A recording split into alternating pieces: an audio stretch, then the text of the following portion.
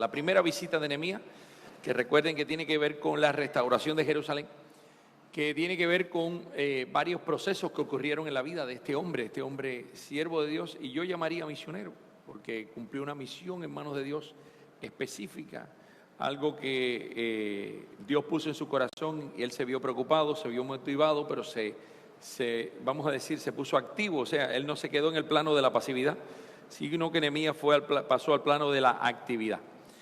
Y nosotros vamos a encontrar que en los primeros capítulos, los primeros 12 capítulos de Nehemías estuvo tratando con todas estas circunstancias de las cuales estuvo involucrado el pueblo de Dios. Pero Nehemías no se quedó en el plano solamente y enfrentó una cantidad de, vamos a decir, oposición, enfrentó una cantidad de personas que no estuvieron de acuerdo con lo que él había planteado. Fue osado en un momento determinado. Fue un hombre que lo podemos caracterizar como un hombre planeador, un hombre sabio, un hombre valiente, un hombre que fue dependiente en todo momento del Señor, y estuvimos hablando de esto en el día de ayer acerca de la dependencia de Nehemías y cómo nosotros en misiones tenemos que desarrollar dependencia en el Señor. Y vemos a Nehemías, un hombre también que fue misericordioso, un hombre, pero un hombre firme.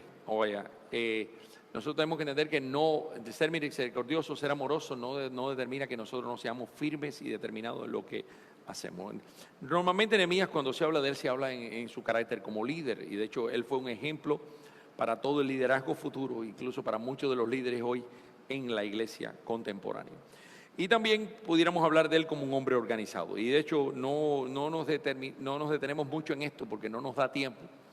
Y Nehemías fue un hombre muy organizado, muy planificado, y se ocupó mucho de todas las cosas, la planeación de todo lo que tenía que ver, estaba muy bien documentado y realmente dejó todas las cosas bien claras antes de irse de Jerusalén. Y quisiéramos ir al capítulo 13 o el capítulo final de Nehemías, donde queremos compartir algo en la mañana de hoy. Dice aquí la palabra: aquel día se leyó en el libro de Moisés, oyéndolo el pueblo, y fue hallado escrito en él que los amonitas y moabitas no debían entrar jamás en la congregación de Dios, por cuanto no salieron a recibir a los hijos de Israel con pan y agua, sino que dieron dinero a Balaam para que los maldijere, mas nuestro Dios volvió la maldición en bendición.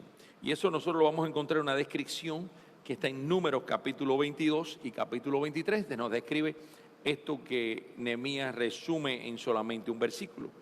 Y en Deuteronomio capítulo 23 está la prohibición de Dios en que los amonitas y los moabitas no debían entrar jamás en la congregación de Dios. Ahora dice la Escritura que cuando oyeron pues la ley, separaron de Israel a todos los mezclados con extranjeros. Antes de esto, el sacerdote Eliasib, siendo jefe de la cámara de la casa de nuestro Dios, había emparentado con Tobías y le había hecho una gran cámara en la cual guardaban antes las ofrendas, el incienso y los utensilios, el diezmo del grano, del vino, del aceite, que estaban mandados a dar a los levitas, a los cantores, a los porteros, y la ofrenda de los sacerdotes. Mas a todo esto yo no estaba en Jerusalén, porque en el año 32 de Artajerjes, el rey de Babilonia, fui al rey, y al cabo de algunos días pedí permiso al rey para volver a Jerusalén. Y entonces supe del mal que había hecho Eliasib por consideración a Tobías, haciendo para él una cámara en los atrios de la casa de Dios. Y me dolió en gran manera y arrojé todos los muebles de la casa de Tobías fuera de la cámara. Y dije que limpiase las cámaras e hice volver allí a los utensilios de la casa de Dios, las ofrendas y el incienso. Encontré asimismo que las porciones para los levitas no les habían sido dadas y que los levitas y cantores que hacían el servicio habían huido cada uno a su heredad. Entonces reprendí a los oficiales y dije: ¿por qué está la casa de Dios abandonada? Y los reuní y los puse en sus puestos. Y todo Judá trajo el diezmo del grano, del vino, del aceite a los almacenes. Y puse por mayordomos de ellos al sacerdote Selemías y al escriba Sadoc y a los levitas, y de los levitas a Pedaías, al servicio de ellos, y a Anán, hijo de Zacur, hijo de Matanías, porque eran tenidos por fieles, y ellos tenían que repartir a sus hermanos. Acuérdate de mí, oh Dios, en orden a esto, y no borres mis misericordias que hice en la casa de Dios y en su servicio. En aquellos días vi en Judá algunos que pisaban en lagares en el día de reposo, y que acarraban haces y cargaban asnos con vino y también uvas de higo y de toda suerte de carga, y traían a Jerusalén en día de reposo, y los amonesté acerca del día en que vendían las provisiones. También había en la ciudad tirios que traían pescados y toda mercadería, y vendían en el día de reposo a los hijos de Judá en Jerusalén. Y reprendí a los señores de Judá y les dije: qué mala cosa es esta que vosotros hacéis, profanando así el día de reposo. ¿No hicieron así vuestros padres, y trajo nuestro Dios todo este mal sobre nosotros y sobre esta ciudad? Y vosotros añadís ira sobre Israel, profanando el día de reposo. Sucedió pues que cuando iba oscureciendo a las puertas de Jerusalén, antes del día de reposo, dije que se cerrasen las puertas y ordené que no las abriesen hasta después del día de reposo, y puse a las puertas algunos de mis criados para que en el día de reposo no introdujeran carga.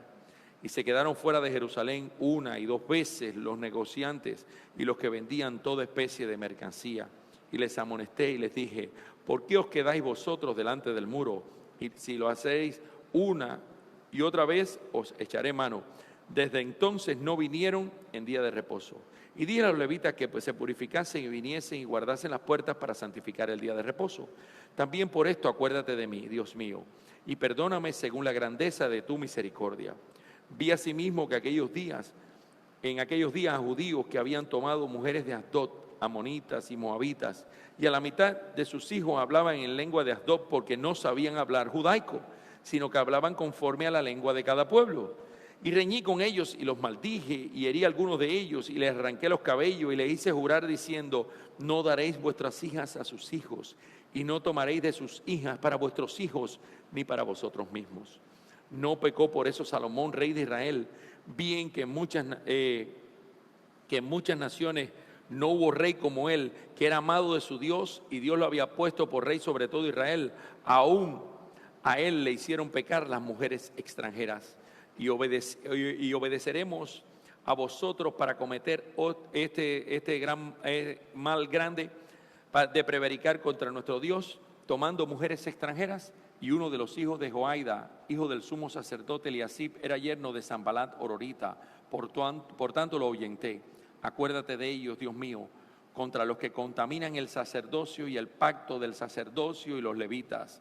Los limpié pues de todo extranjero, y puse a los sacerdotes y levitas por sus grupos, a cada uno en su servicio. Y para la ofrenda de la leña en los tiempos señalados, y para las primicias, acuérdate de mí, Dios mío, para bien. Padre, te damos gracias por tu palabra. Ayúdanos a ver en cada acción de Nehemías la intervención tuya y el deseo, Señor, de cumplir tu voluntad, hacer lo que tú mandas, lo que tú estableces, lo que tú ordenas, Señor. Ayúdanos, Señor, a aplicar los principios de tu palabra a cada una de nuestras vidas, que es lo más importante, en el nombre de Jesús. Amén. Bueno, hay una cantidad de cosas y reformas finales de Nehemías. Me perdonan, pero ya la letra de lejos se me cruza. Parece que ya voy a tener necesidad. Mire que me he jactado de eso, que no uso espejuelos, pero ya se me está cayendo el problema del alma, del almanaque, que ya se está poniendo interesante.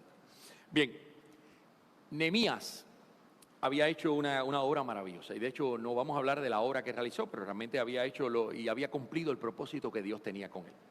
Había ido a aquel lugar, había sido un instrumento en manos de Dios, y Dios había hecho, aquel plan, aquello que Dios había puesto en el corazón de Nehemías es algo maravilloso. Ellos vieron el muro terminado, y no leímos el capítulo 12 porque no me quiero detener mucho en ello, pero le voy a pasar por arribita al capítulo 12. En el capítulo 12 dedican el muro de Jerusalén. Recuerden que es una de las necesidades principales que tenía Israel en aquel momento, y Jerusalén era la construcción de su muro.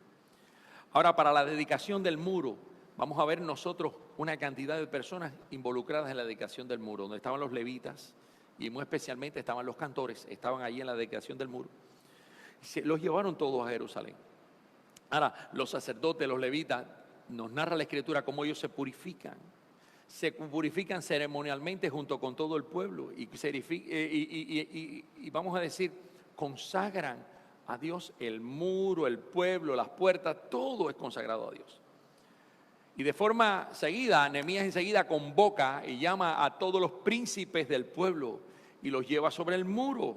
y los divide, vamos a decir, en dos grandes coros. Los divide y los distribuye alrededor del muro para que todo el mundo pueda. Y realmente establecieron dos coros de acción de gracia y comenzaron a alabar y comenzaron a bendecir a Dios y comenzaron a agradecer por la obra, dándose cuenta de que la obra no era por la facultad, o vamos a decir, por la capacidad de ninguno de ellos, sino la obra que habían realizado era debido al Señor.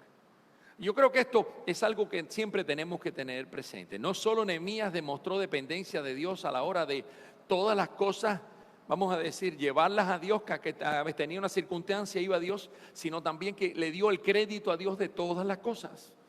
Y es algo muy favorable a favor de este hombre de Dios. Siempre le dio el crédito a Dios por todo. Y ellos se distribuyen en diferentes direcciones alrededor del muro. Y van los cantores al frente y el pueblo va a seguir a los príncipes de Judá, hasta que se encontraron frente al templo. Y ahí ofrecen grandes sacrificios en medio de, vamos a decir, de acción de júbilo. El pueblo estaba regocijándose. Y vamos a decir que era una adoración vibrante, una adoración resonante. El pueblo no se limitó y ellos estaban. Al mismo tiempo, algunos fueron puestos para velar la recaudación de las ofrendas, de las primicias, de los diezmos, para el sostenimiento de los sacerdotes y los levitas, tal como la ley lo mandaba. Vamos a decir que Nehemías fue muy cuidadoso de no hacer nada por su propia iniciativa, sino él fue muy cuidadoso de tratar de hacer las cosas como el Señor las ordenaba.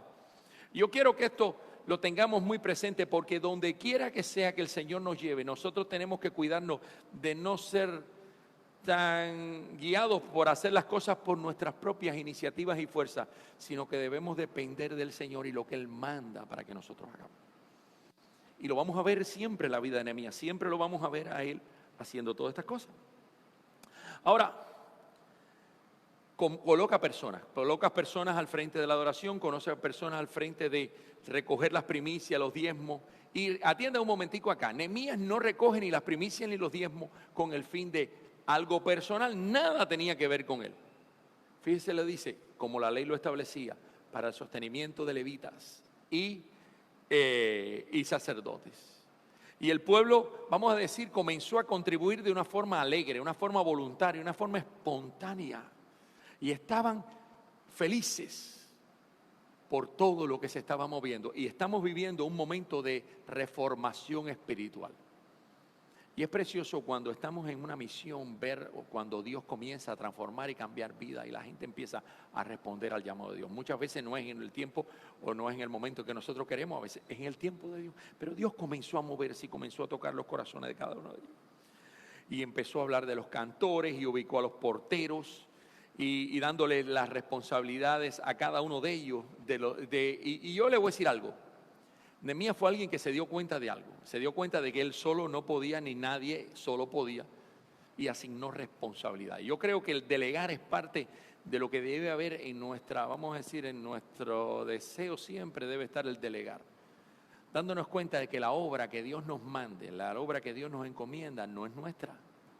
Primeramente es de Él y segundo, Dios manda a que en la obra de Él muchas personas puedan llegar a cooperar o colaborar. La obra de Dios no es de una persona. Esta iglesia no es del pastor Roberto, ni la iglesia de Calvary Norte es del pastor Yoshimi. La iglesia es del Señor. Y ellos solo no pueden hacer la obra es de cada uno de nosotros. Y nosotros tenemos que aprender en la obra de Dios a ser cooperadores. Y cuando nosotros vemos a un Nehemías designando, poniéndolo en cada uno de aquellos lugares, vamos a ver un hombre sabio, un hombre que no estaba tratando de hacer las cosas. Recuerden un líder en el pueblo de Dios que trató de hacer las cosas y trató de hacerlo todo y el pobrecito se sobrecargó al punto de que yo me imagino casi no podía ni dormir. ¿Ustedes se acuerdan de quién es? ¿Quién es esa persona? Moisés. Moisés estaba conduciendo un pueblo, más de 1 millón de gente estaban frente a él. Y todos los asuntos de 1 millón, en Mérida, vamos a pensar que Moisés estaba al frente de Mérida. Mérida tiene más de 1 millón de personas. ¿Usted se imagina un líder al frente de todo Mérida? Pero ese líder que está al frente de todo Mérida, cualquier asuntico que tuviera, por ejemplo, ellos dos tenían un problema, ella tenía un problema contra aquella. Y enseguida venían, hacían una cola ahí para hablar con Moisés, a ver qué solución le daba Moisés al problema que ellas tenían, pero los otros dos tenían otro problema y el otro. Y cuando vamos a ver, Moisés se pasaba desde la mañana hasta no sé qué hora. Yo me imagino que en ocasiones atendiendo problemas. Hasta que Jetro, su suegra, recuerdan el consejo de Jetro, digo, no. Pon jefe de 10,000, pon jefe de 1,000, pon jefe de centenares, pon jefe de decenas. O sea, hay que compartimentar. Esto es un trabajo colectivo. Y cuando hicieron eso, y Moisés se podía dedicar a lo más importante, que era lo que le respondía. Y la función de Moisés era conectarse con el Señor y transmitirle al pueblo aquello. Y no podía hacerlo.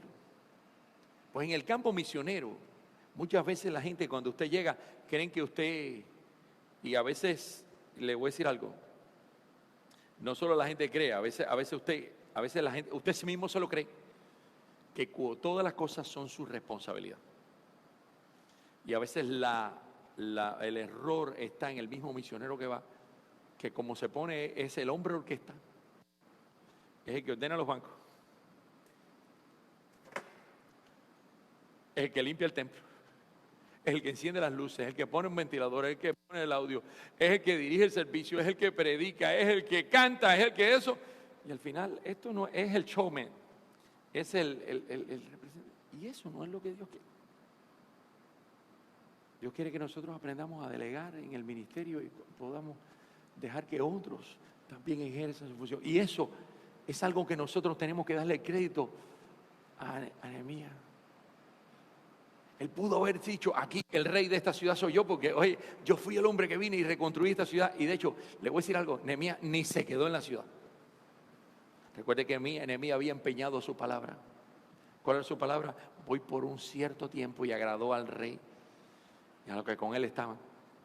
Y voy a reconstruir los muros. ¿Saben qué tiempo estuvo Nehemías? ¿Saben qué tiempo estuvo Nehemías reconstruyendo los muros? 12 años estuvo reconstruyendo muros. Pero al cabo de los 12 años Nehemías regresó. Y él se dio cuenta, me voy a regresar, pero las cosas tienen que funcionar. Y comenzó y buscó gente que estuvieran al frente de cada cosa. Y todas las cosas estaban funcionando bien. Dicen los días de Nehemías y como los tiempos, el pueblo proveyó todo lo necesario para el sostenimiento de los cantores, de los porteros, de los levitas, de los sacerdotes. Qué cosa más preciosa. Pero Nehemías se va. Vemos un Nehemías que se va. Y comienza a explicar, y este capítulo comienza a hablar de un problema que existía.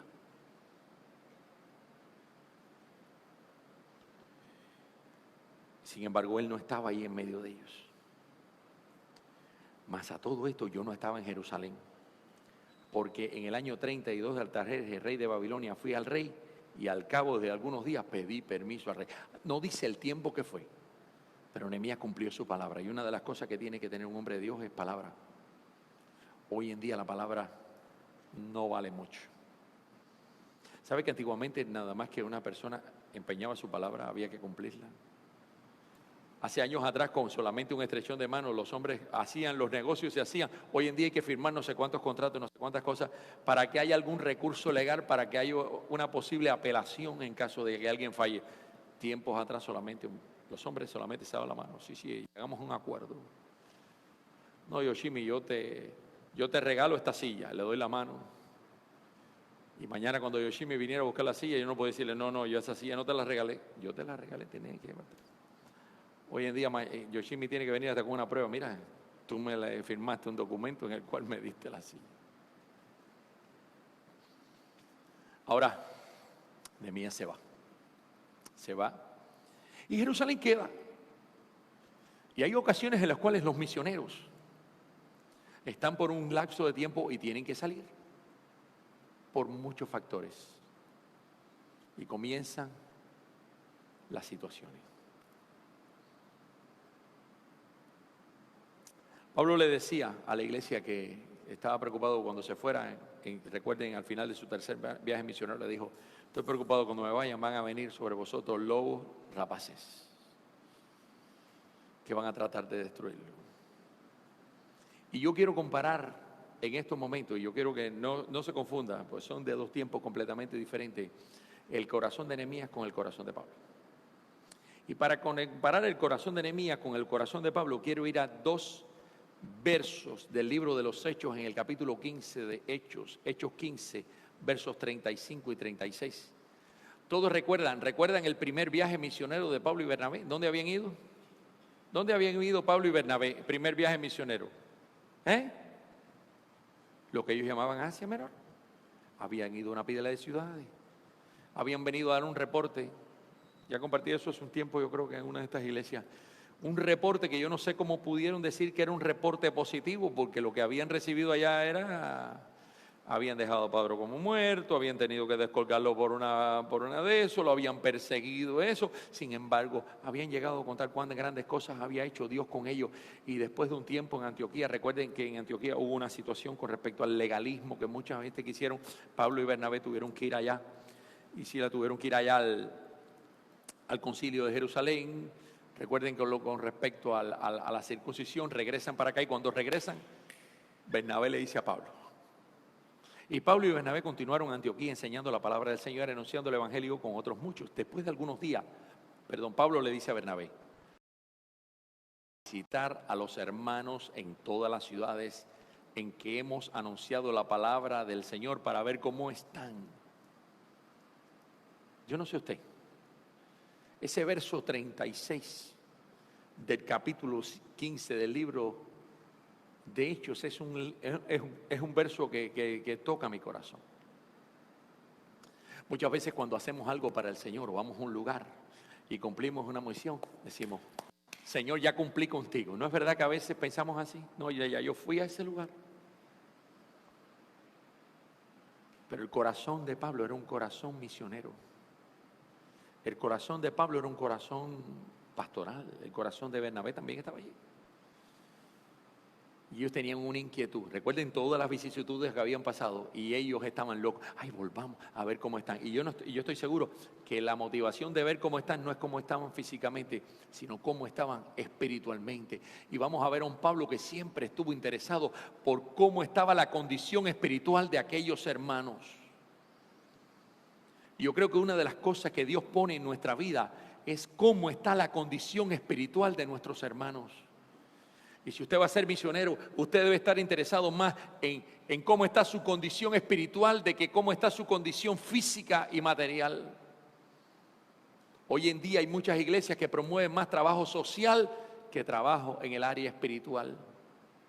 Y creen que se les ayuda más a la gente enviándoles. Y estamos hablando de recursos, estamos hablando de dinero, estamos hablando de cosas materiales. ¿Saben qué?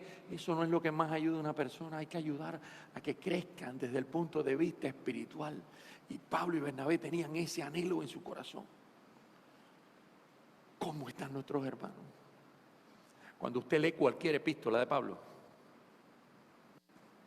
¿cuál epístola de Pablo? A ver, a usted le gusta. ¿Cuál epístola de Pablo a usted le gusta? Corintios. Usted lee Corintios, usted se va a dar cuenta que Pablo, ay, Corintios, qué buenos son ustedes. ¿Les escribió algo de esto, Pablo? No, estoy asombrado de que tan pronto ustedes se hayan desviado. Y comienza Pablo en cada una de las epístolas a corregir aquellas desviaciones que tuvieron ellos. Y a los romanos les dio su medicamento también. Y así a cada uno le dio la parte que le correspondía. Santiago, cuando escribía la epístola, le escribía, ay, porque la iglesia está buenísima. No.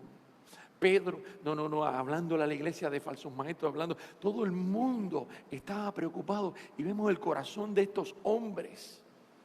No solo por ser apóstoles, sino por el corazón pastoral, el corazón misionero que tenían de la necesidad espiritual de ellos. Pues Nehemías ya había cumplido la tarea. Entonces recuerden, ¿no? ¿Cuál era la tarea de Nehemías? ¿Cuál era la tarea de Nehemías? ¿Reconstruir qué? Los muros de Jerusalén. ¿Y los muros estaban o ya no estaban reconstruidos? ¿Estaban o no estaban reconstruidos? Ya los muros estaban reconstruidos. ¿Ya Nehemías qué? Señor, lo que me dijiste que hiciera, ya lo hice prácticamente, podía haber dicho. Sin embargo, dice la Escritura que Nehemías, después de servir 12 años en Jerusalén, vuelve a Babilonia por un tiempo que no se especifica.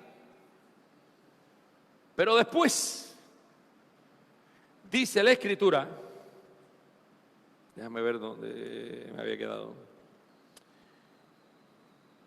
Estoy en el verso 6. Fui al rey y al cabo de algunos días pedí permiso al rey. Volvió a donde estaba el rey. Recuerden, ya Nehemías sabía que él tenía que estar donde Dios lo mandaba. Ya a Nehemías no le importaba la comodidad del palacio del rey. Recuerde, él vivía cómodo, él comía la misma comida del rey, él gozaba de los favores del rey, él gozaba de los favores de la corte, pero ya Nehemías aquello no lo motivaba. Al cabo de unos días Nehemías dijo, no, ya este no es mi lugar. Ay, rey, usted me permite.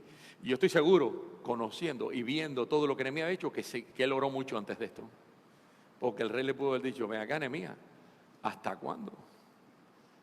El lugar tuyo es a mi lado. Sin embargo, ya vemos un Nehemías que va donde está el rey, le dice, yo estoy seguro que le pidió permiso a Dios primero, ¿cómo enfrentarle? Y le digo, mire, rey, yo necesito ver cómo están las cosas en Jerusalén.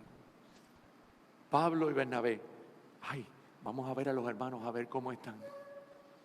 Y le pide permiso, Nehemías. Le pide permiso. Pedí permiso al rey para volver a Jerusalén.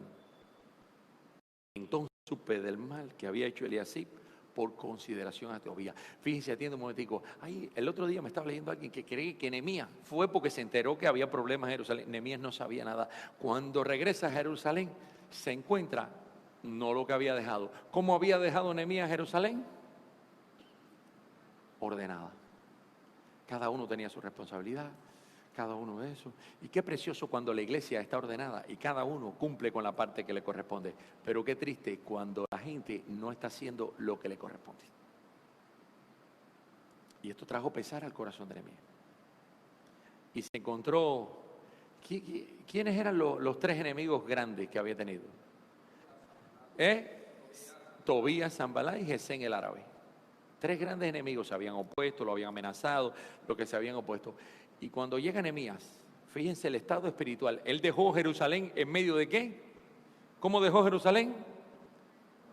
En bendición, bien.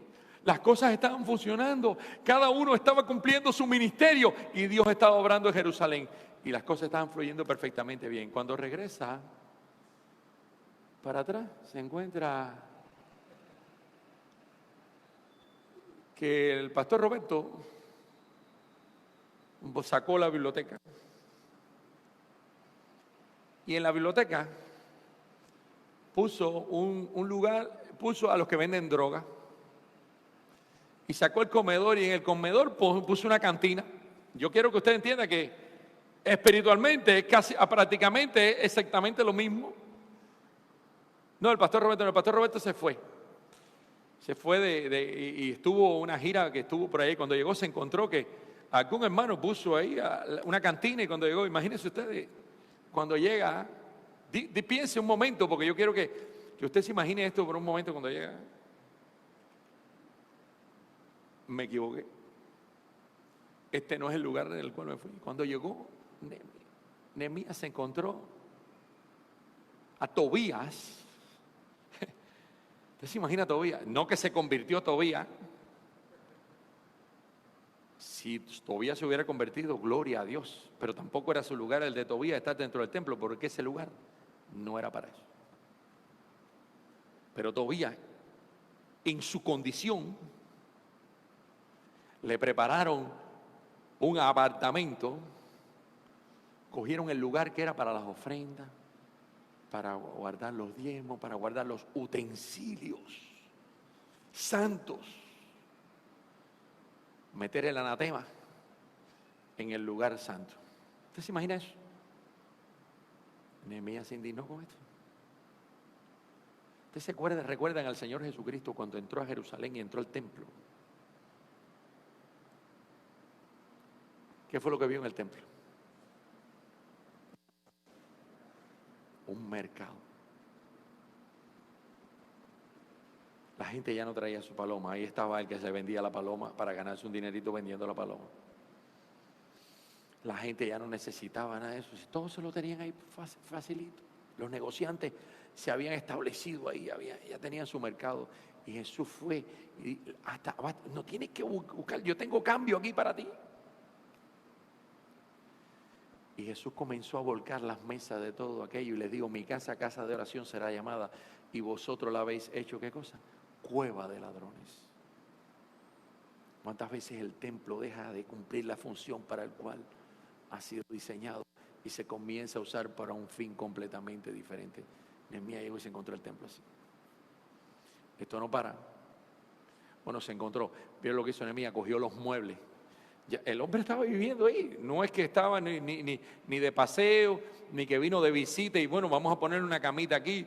No, sus muebles, su casa estaba ahí. ¿Qué resultado había traído esto? ¿Saben qué resultado había traído? El pueblo, aunque no lo dijera, lo vio. Y la gente dejó de diezmar, la gente dejó de ofrendar, pues la gente ya no lo estaba haciendo. La gente dejó de cumplir sus funciones porque el sacerdocio y los levitas no estaban haciendo la suya. ¿Qué tuvieron que hacer los sacerdotes? Bueno, los levitas, váyanse cada uno a su heredad, comience a trabajar la tierra, comience eso. Los que debían estar dedicándose a buscar del Señor y preparar el servicio, no pueden dedicarse a eso porque tienen que dedicarse a otras cosas, porque el templo hoy es la casa de Satanás, ya no es la casa de Dios. El enemigo de Dios, el que siempre se opuso a Dios, estaba metido dentro del templo, viviendo en el templo. Y los levitas, los que debían estar ahí, fuera. Después de servir 12 años, Nehemías vuelve y después obtiene el permiso y viene a visitar Jerusalén. Y cuando llegó se encontró una cantidad de abusos que era muy grande.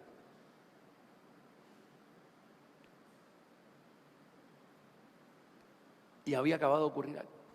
Aquel día se leyó el libro de Moisés, comienza el capítulo. Después dice que él no había estado ahí, pero parece referirse al comienzo de esta etapa.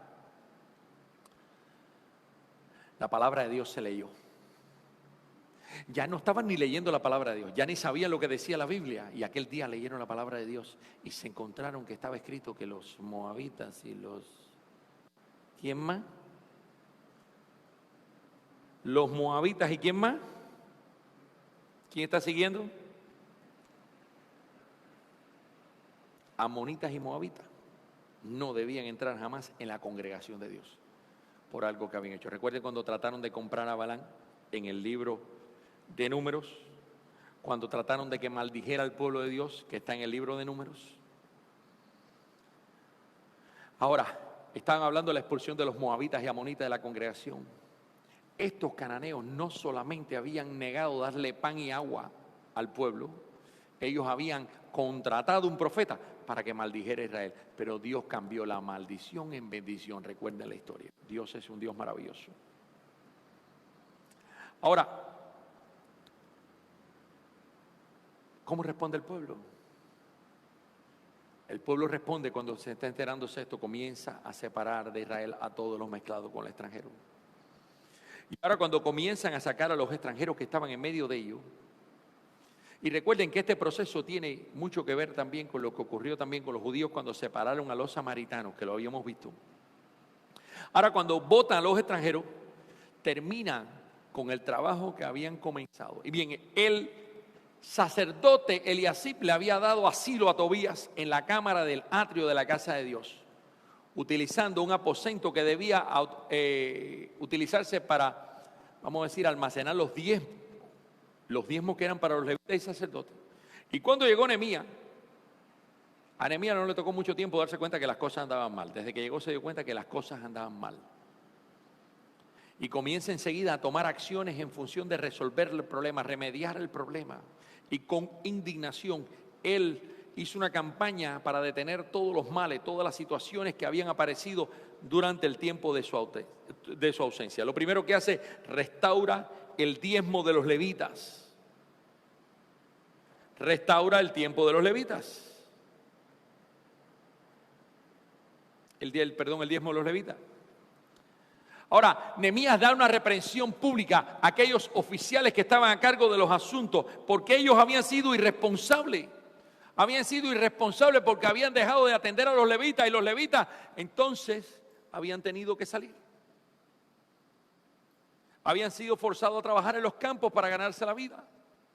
Habían dejado la función que Dios le había asignado para tener que resolver un problema también que es fundamental, que es sostener a su propia familia. Porque al hombre le es honroso trabajar y mantener a su familia. Pero el pueblo había sido infiel. Y ellos habían sido también infieles. Y ahora comienza a recordarle Nehemías qué es lo que Dios le había mandado a cada uno de ellos. Ahora se encuentra otro problema también en Jerusalén, y es lo que ocurre muchas veces cuando nos alejamos un tiempo. Por eso creo, miren, yo sé que en los conceptos contemporáneos hay conceptos con respecto a misiones, y cuando se habla de misiones, muchos de los que escriben libros de misiones hablan de misiones a corto plazo. ¿No han oído hablar de eso? Misiones a mediano plazo, misiones a eso. En los Estados Unidos se hacen compromisos de misiones. Yo hago un compromiso por 2 años. ¿Quién ha dicho? Yo eso en la Biblia no lo veo, que nadie hace un compromiso ni por este tiempo ni por el otro. Yo creo que cuando uno hace compromiso con el Señor, hace un compromiso con Dios. Y hay que hacer lo que Dios quiere.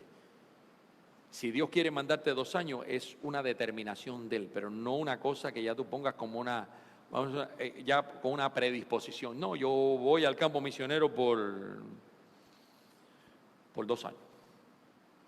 Y empiezo a decir, me faltan 700 días. Y al cabo de eso me faltan 650. Lo que me falta es un mes. Ya estoy preparando. ¿Usted cree que el corazón ahí está en la misión? Y no quiero juzgar mucho eso porque hay mucha gente que creen que esa es la forma como deben funcionar, pero yo eso no lo veo en la Biblia. Nehemías estuvo 12 años, después regresa y ahora lo vemos regresando de nuevo porque el corazón, ¿dónde se quedó el corazón de Nehemías? Yo creo que era Dios el que tenía la inquietud en el corazón de Nehemías. Oye, regrésate. Y estuvo unos días y a los días tuvo que decir, hay que regresar. Oye, rey, a mí me da mucha pena contigo, pero yo tengo que regresar.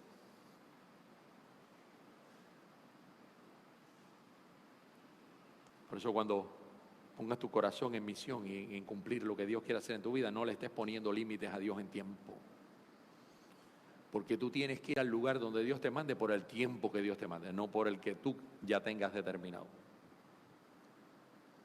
Y ahora regresa, fíjate este hombre, si este hombre hace caso omiso, lo que se arma en Jerusalén es lo que se arma. Ahora llega y se encontró que la gente no estaba diezmando. Se encontró, ¿saben qué más? Que el día de reposo ya no se consideraba. Y cuando usted oye esto, ¿qué es lo que le da a usted, qué es lo que le viene enseguida a la mente? ¿Qué estaban haciendo? ¿Qué estaba haciendo el pueblo? Lo que bien ellos les daba la gana, lo que les pareciera. Vuelvo a usar la ilustración de Drew. El pueblo que ya había aprendido que había un lugar para Dios, volvió a sentarse en el lado y decir, bueno, ya Nehemías se fue, ahora yo sigo haciendo lo que yo quiera. Y estoy usando la ilustración que Drew usó en el primer día. ¿Recuerdan la ilustración? Que me gustó y la voy a usar acá. Cogió la silla el pueblo y dijo, bueno, ya Nehemías se fue, esto es ahora a como venga, cada uno. Entonces ya no solo eliminaron también el día de reposo. Entonces el día de reposo ya se volvió, no el día de reposo, se volvió el día del negocio.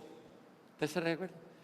Y llegó y se encontró Nehemías, un barullo armado ahí que fue. Después que limpió las cámaras de eso.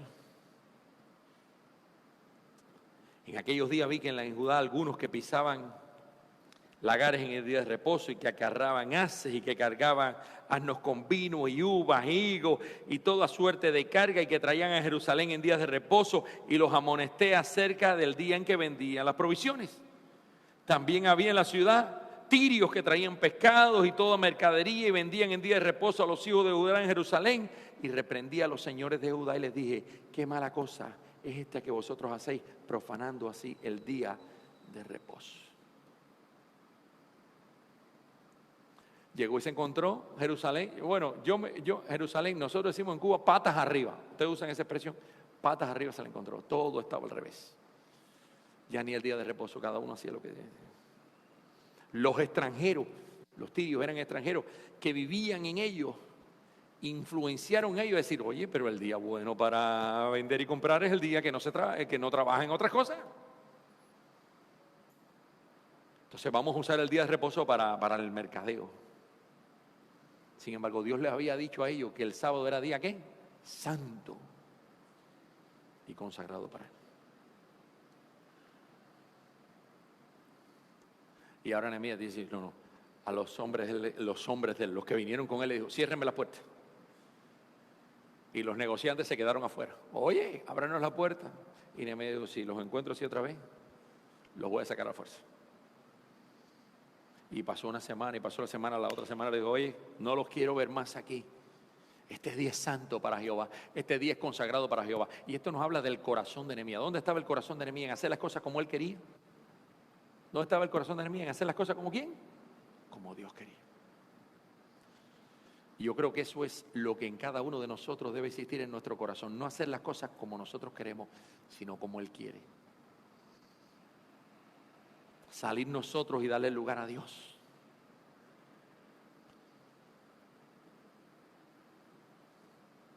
Y Nehemías estaba haciendo esto porque quiere que el pueblo esté en lo más. Ahora se encontró otro problema más cuando llegó. Fíjense si hay problema. Y es que muchas veces cuando estamos en la misión, ¿cuándo ustedes han estado en la misión? ¿O cuándo ustedes están en el ministerio? ¿Cuándo ustedes están yendo a algún lugar y cuando llegan y regresan al lugar lo que se encuentran es lo que se encuentran? Cuando se llegó, aquí no acaban los problemas, había otro problema más. Recuerden que Dios había mandado muy claro acerca de no mezclarse. Un mandamiento que había incumplido un rey anterior que Nehemías usa mismo como ejemplo. Recuerden que usó el ejemplo y habló muy claro con respecto a lo que le trajo a Salomón. Todo su matrimonio con esa cantidad de mujeres extranjeras. Hacía algunos años ya las mujeres extranjeras habían sido desterradas por orden de Esdras. Esdras ya había sacado a las mujeres extranjeras en una reforma anterior. El pueblo había hecho un pacto para separarse de los paganos. Hoy estuvo hablando, creo que Drew, acerca de los pactos. O ayer estuvo hablando acerca de los pactos que establecemos. Pero con el paso del tiempo, cuando el tiempo comienza a pasar y cuando la condición espiritual comienza a diluirse, comenzamos a sentir atracción por cosas que Dios nos ha dicho que no son. Con el paso del tiempo los judíos dicen, bueno, ahí están las mujeres de Asdod, ahí están las mujeres amonitas, ahí están las mujeres moabitas. Y uno de los sacerdotes, atiende un momentico acá, o el que está puesto para velar para que estas cosas no ocurran, el que está puesto para velar que estas cosas no ocurran, los sacerdotes, los que deben estar entre el pueblo y Dios, los que deben estar continuamente animando al pueblo a que sigan a Dios y de esas cosas, dijo, yo voy a coger a mami, yo voy a coger esta para mí. Uno de los sacerdotes, hijo de los sacerdotes, uno de los hijos de los sacerdotes. Entonces Nehemías llega y se encuentra esto. Yo creo que fue bastante fuerte, yo creo, guiado por el Señor. Y fue fuerte porque los castigó físicamente, los agarró por los pelos. Hoy en día, si alguien agarra por un pelo al otro, posiblemente lo lleve a juicio, ¿no? Cuando yo estudié en primaria, gracias a Dios a mí no me lo hicieron, pero a muchos muchachos que se portaban mal, y no se lo recomienda a ningún maestro hoy. ¿Sabe? Los muchachos que se portaban mal en el tiempo donde le cogía el maestro, tenía 3 castigos a mí. Y no le digo esto porque un castigo es, hermana, no la voy a alar. Lo cogían por aquí, por la patilla lo cogían, y le alaban la patilla. Y usted veía que en puntilla, con la patilla lo levantaban y lo llevaban hasta la esquina del aula. Ahí cogían 2 chícharos, eso es redondito, y lo ponían y lo arrodillaban usted delante de 2 chícharos en una esquina del aula. O el otro castigo, me lo quité de eso porque le cogía y le decía, pon la mano, y cogían una regla al que se portaba mal y le daban un reglazo en la mano. Usted se imagina un reglazo en la mano. Y las reglas aquellas que eran de madera con unos filitos metálicos en la orilla. Ese era el castigo a los niños que se portaban mal. Nehemías parece que pasó a la misma escuela de las maestras que nosotros tuvimos y los cogió por los pelos. Nos dice la Biblia que le arrancó hasta los pelos. O sea, los agarró y los arrastró delante de la gente. No le estoy sugiriendo eso a nadie, hermano. No vaya a ninguna misión, no coja a la gente por los pelos, no lo hables por los pelos. Pero fue lo que Nehemías hizo en ese momento, los agarró por los pelos. Y ahora los castiga físicamente, los separa de la congregación. Y el nieto del sumo sacerdote, hijo de otro sacerdote, hizo alianza, no con Tobías, con una de las hijas de Sanballat. Oye, las hijas de Sanballat tan bonitas. ¿La hija de quién? ¿Usted se acuerda de Sanballat? No sé si usted recuerda, en estos días hablamos de las cosas que este hombre estaba haciendo contra el pueblo de Dios, que ni tenía temor de Dios. ¿Cuántas veces tristemente vemos que eso ocurre? Y a veces vemos con tristeza como hijos espirituales nuestros y personas con quienes estamos ministrando en el lugar o misión que Dios nos ha dado, comienzan a establecer alianza con las hijas de Sanballat o con los Tobías.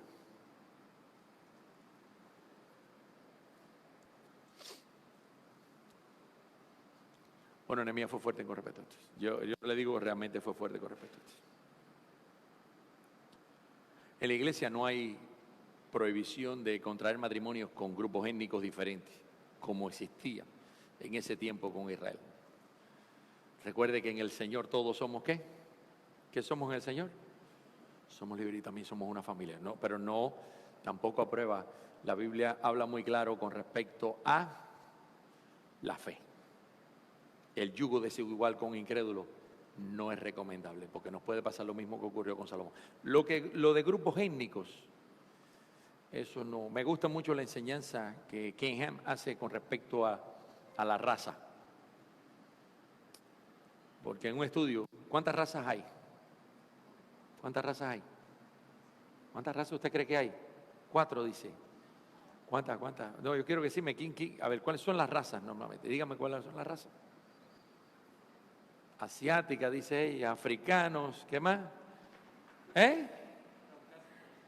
Caucásicos y gringos no es raza. A ver, ¿sabe cuántas razas hay? ¿Cuántas hay? Una sola. Es una sola, hermano. ¿Cuál es la raza que hay? Humanos, hermano. ¿Sabe que Adán y Eva tenían toda la composición genética? Y es por eso que del matrimonio de Adán y Eva pudieron haber salido de cualquier. ¿Sabe lo que pasa hoy, por ejemplo, con los europeos, los caucásicos? La mayoría de ellos tienen grandes problemas porque la raza se ha ido purificando tanto por la especialización de la raza que se han separado, que ahora presentan no sé cuántos problemas genéticos que no tienen otras. Y eso pasó con grupos étnicos a medida que se fueron separando. Claro, se fueron siendo diferentes porque se fueron casando y recombinando entre ellos mismos. Y por eso tienen más similitudes. Pero en el comienzo no era así. Adán y Eva tenían toda la información genética para toda la humanidad. ¿Sabe que hace unos años en Canadá se dio un hecho de un matrimonio que tuvieron un hijo morenito, tuvieron un hijo blanquito y tuvieron un hijo medio chinito? Y el hombre, sintiéndose incómodo, la llevó a corte y todo, y hicieron pruebas genéticas y todo, y eran hijos de los dos. Porque se dio el caso que genéticamente ellos no eran como Adán, pero tenían una codificación genética que podía dar varios hijos. Podía dar cualquiera de las combinaciones. Es una de las pruebas que ofrece Ken Ham. Bueno, en la iglesia no hay prohibición entre matrimonios entre grupos étnicos diferentes, ya que la fe abarca, ¿qué cosa abarca la fe? Todos los pueblos, todas las tribus, todas las naciones. La fe abarca a todos. Yo creo que la fe es la precondición que Dios pone para el matrimonio ahora. La primera precondición. Pero en los días del Antiguo Testamento esta condición estaba sin duda motivada o influenciada por los arrastres que esas otras naciones traían con sus, vamos a decir, lastres en cuanto a religiones, paganismo, sacrificios a ídolos. Hay personas que en el Antiguo Testamento, como Salomón, no prestaron atención, no prestaron cuidado. Y esto trajo como resultado que después Israel se vio involucrado ¿en qué? Ya después veíamos que en los lugares altos de Israel, ¿qué habían en los lugares altos de Israel? Ídolos donde quiera. De hecho, frente a Jerusalén hay un monte que se le llama Monte de la Confusión, en el cual estuvieron viviendo todas las mujeres de Salomón. Usted se imagina el desastre que habría allí. 300 mujeres, 700 concubinas. Cada una ofrecía al ídolo que quisiera. En estos momentos actuales, este mismo lugar es el lugar donde Naciones Unidas tiene el headquarter en Jerusalén. Sigue siendo la misma confusión, sigue siendo el mismo desastre, con diferentes fachadas. Ahora, nosotros no podemos dudar que lo que Nehemías nos dice aquí y lo que Nehemías dice no lo dice motivado lo que el Señor estableció en el Antiguo Testamento, y en el Antiguo Testamento el Señor lo estableció para que el pueblo de Israel no se viera involucrado en todo. Sin embargo, Nehemías, vamos a decir que fue bien fuerte en cuanto a Campbell. Un escritor comenta que con respecto a estos matrimonios mixtos, que fueron muy destructivos incluso para el cristianismo, él dice que el Nuevo Testamento se opone consistentemente, y puse la nota de Campbell aquí para que no se me olvidara, a los matrimonios entre creyentes e incrédulos. Y Pablo manda que los creyentes se casen solamente en el Señor. En 1 Corintios capítulo 7, verso 39, todos lo sabemos, lo que la Biblia dice. No obstante, hoy en día ocurre lo mismo que en aquellos tiempos. Hay muchos creyentes, hay muchas personas que creen que pueden guiar al Señor.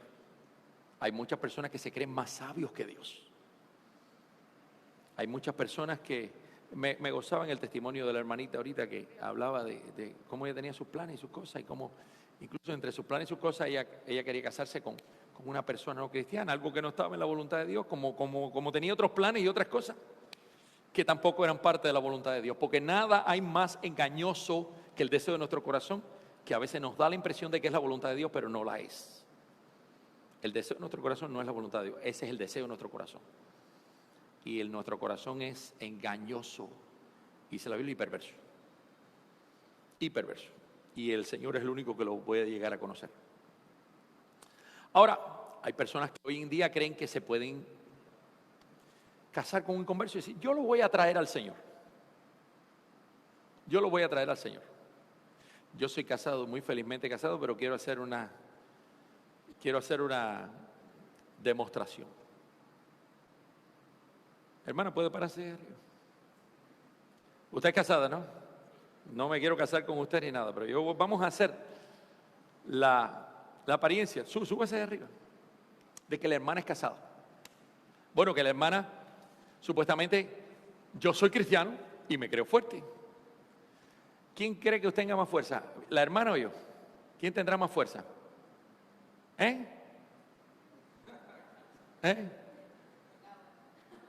¿Verdad? Vamos a hacerlo al revés. Ponte abajo. Póngase abajo, hermana, sí, póngase abajo. Si ustedes creen que ella es más fuerte que yo, entonces la vamos a dar en su lugar. Entonces yo soy el cristiano y estoy arriba. Y yo la quiero subir a ella conmigo. Yo quiero que usted realmente haga una cosa. Deme la mano. Usted va a hacer fuerza para tratar de tumbarme y yo voy a hacer fuerza para tratar de subirla. ¿Va a hacerlo de verdad? Haga fuerza de verdad. Bien, vamos a ver. Yo voy a tratar de convertirla a ella al cristianismo y ella va a tratar de que yo me caiga. Haga fuerza. Haga fuerza. Yo voy a tratar de que usted se suba. Yo voy a tratar de que usted se suba. Mire, realmente yo tengo más fuerza que ella. Pero realmente va a ser muy difícil. ¿Cree usted que desde esa posición yo pueda llegar a subirla a ella? Si ella realmente hace fuerza. Es muy difícil. Ahora, hay un riesgo muy grande. Haga fuerza. Y el riesgo muy grande es que haga fuerza de verdad, échese hacia allá. Es que yo en un momento determinado caiga de donde estoy. Y eso es lo que muchas veces ocurre entre nosotros. Perdón, gracias, hermano. Eso es lo que muchas veces ocurre entre nosotros. Pensamos, y hay personas que creen que por su fuerza, no, yo voy a hacer, ese yo la voy a convertir, o yo lo voy a convertir. Y la evidencia histórica nos muestra, hay ocasiones en las cuales Dios en su gracia y misericordia ha alcanzado, porque el que lo puede convertir y puede alcanzar es el Señor. Y a las que vinieron casadas al Señor, el Señor le dice que permanezca así, porque quién sabe, ¿entiende? Si a través de la conducta de su esposa está ministrando y está santificando su matrimonio y está ministrando en el corazón de ella. Pero es muy difícil, hermano. Y es por eso que Dios advierte con respecto a esto. Y eso estábamos hablando del Nuevo Testamento, porque quiero, ya que iba a tratar el tema este del matrimonio mixto, y no estoy hablando mixto en cuanto a raza, pero mixto en cuanto a creencia, que es lo que también es comparable en el tiempo. Hay gente que se cree que puede guiar al Señor. Señor, yo soy más sabio que tú, yo lo voy a convertir. No sea tan creído. Usted no va a convertir a nadie. Aquí el único que puede convertir es el Espíritu de Dios, que puede traer convicción. Y Él trae convicción de pecado, justicia y juicio. Usted no va a convertir a nadie. Hay más peligro en que usted se caiga a que otro. Y la evidencia histórica nos dice que muchas veces o sufre mucho, o muchas veces hasta el matrimonio se separa o a veces se aparta. Es triste.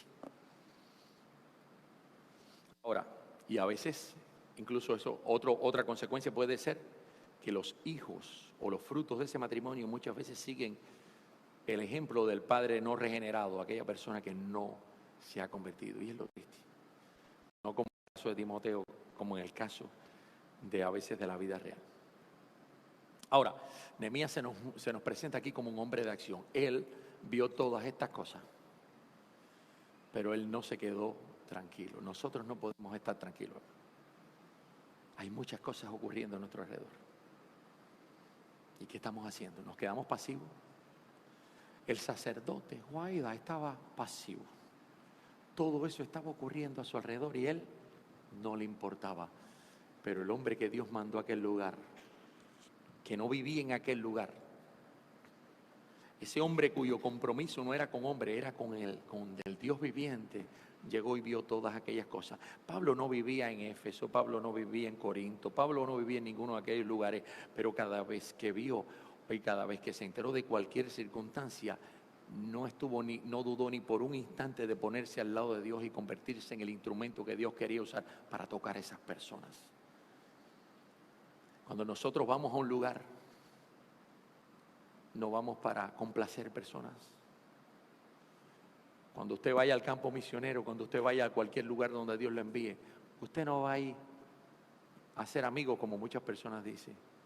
Usted va a ir para ser hermano, para alcanzar vidas para el Señor, para que gente llegue a conocer y temer a Dios, que es lo más importante.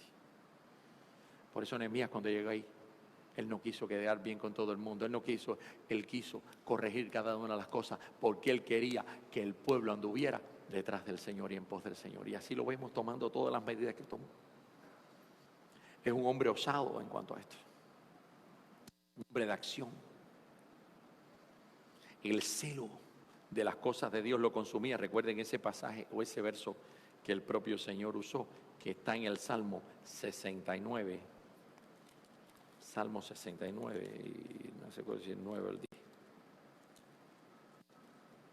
Que es Salmo 69, perdón.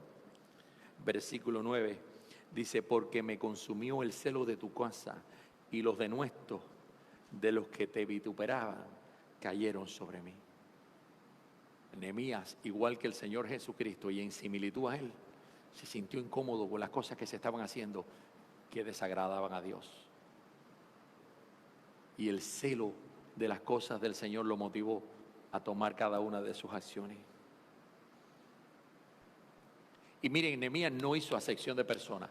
Su manifestación fue contra todas aquellas personas que hicieron mal. Él no tuvo, a los nobles los voy a tratar diferente que a los otros. No, a todo el mundo le dijo exactamente lo mismo. Y a todo el mundo le dijo lo que necesitaba. Y en eso no hizo acepción de personas. Cualquier persona que transgredía la ley de Dios, Nehemías le mandaba la advertencia, lo amonestaba, le reprendía, lo azotaba. le arrancó los pelos. Y no le estoy diciendo que usted imite esa actitud. Tendríamos que arrancar los pelos de tanta gente que a lo mejor hasta los de nosotros mismos nos vamos a quedar calvos. Vamos a hacer iglesias de calvos. Pero sabe que cada una de las cosas que hizo Nehemías dificultó la vida de los impíos dentro de la iglesia. Hizo que Jerusalén volviera a convertirse en un faro de luz. Creo que la escuela bíblica, la escuela de aquí se llama la faro.